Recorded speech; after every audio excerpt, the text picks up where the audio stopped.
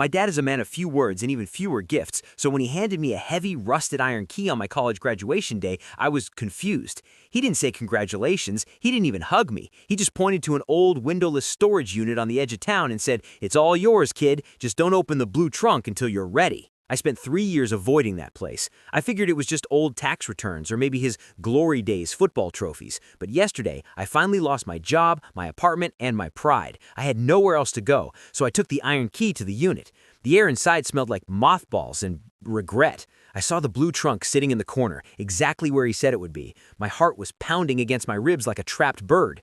I thought I knew what was inside. Money. Maybe a life insurance policy he'd hidden from my mom or a deed to some land. I was so sure this was my big break. I knelt down, snapped the heavy latches, and threw the lid open. My stomach dropped. It wasn't money. It wasn't a deed. It was me. Thousands of photos dating back to before I was even born. But they weren't normal family photos. They were surveillance shots. Me at the park, me at my first job, me sleeping in my crib. And then I found the letter at the bottom. It said, "I wasn't your father, Leo. I was your guard." The man I'd called Dad for 22 years was actually a retired federal agent. My real parents were people the world thought had disappeared in a witness protection glitch 30 years ago. He didn't give me this key to make me rich. He gave it to me because the protection contract just expired. I looked up at the storage unit door and saw a shadow move under the gap. I thought I was finally finding my identity, but I was actually just clocking in.